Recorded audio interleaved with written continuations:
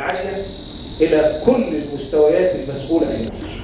وأنا أشك باعتباري متابع عن قرب، أشك أن كثير من المسؤولين يطلعوا أو يعلموا بمثل هذه التفصيلات التي قيلت اليوم. ماذا أفعل لو أنا مسؤول وفي يدي القرار الآن؟ أتصور كفاعل إدارة الأزمات الآن أن نأخذ بأسرع ما يمكن قرار بتشكيل لجنة طوارئ، مش لجنة إدارية، لجنة طوارئ أو لجنة قومية لإدارة هذه الأزمة على وجه التحديد. كانت هناك لجنة قومية لإدارة الأزمات في مجلس الوزراء وهي شبه معطلة، رغم أنها حصرت الأزمات في 313 أزمة ولها سيناريوهات إدارة، لكن أصبحت لجنة إدارية لم تجتمع تقريبا من بداية الثورة.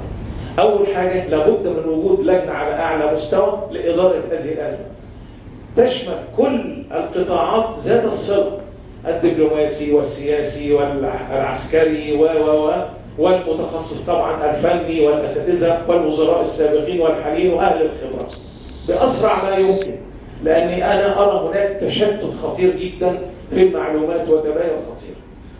لابد من تجميع المعلومات الآن وتحديثها.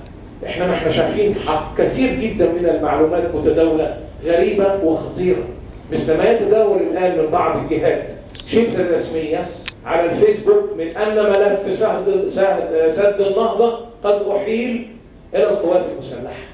مثل هذا الكلام وتداوله وشبه توثيقه قد لا يخدم قضيتنا، قد يضرنا ضرر كثير. ونرجع بالذاكرة إلى الاجتماع الذي تم في يوم من الأيام وقيل فيه نرسل طائرات ومثل هذا العبث الذي استعمل بعد ذلك ضد المصلحة القومية.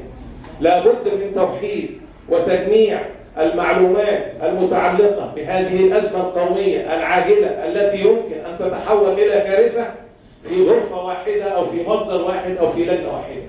حاجة تانية، لابد على وجه السرعة أن نعمل تصور الآن يشمل الموقف الحالي، الرؤية المحتملة أو القائمة، والرؤية دي تشمل كذا اتجاه وكذا عنصر، ولا يجب أن نلوح كثيرا بالحلول العسكرية.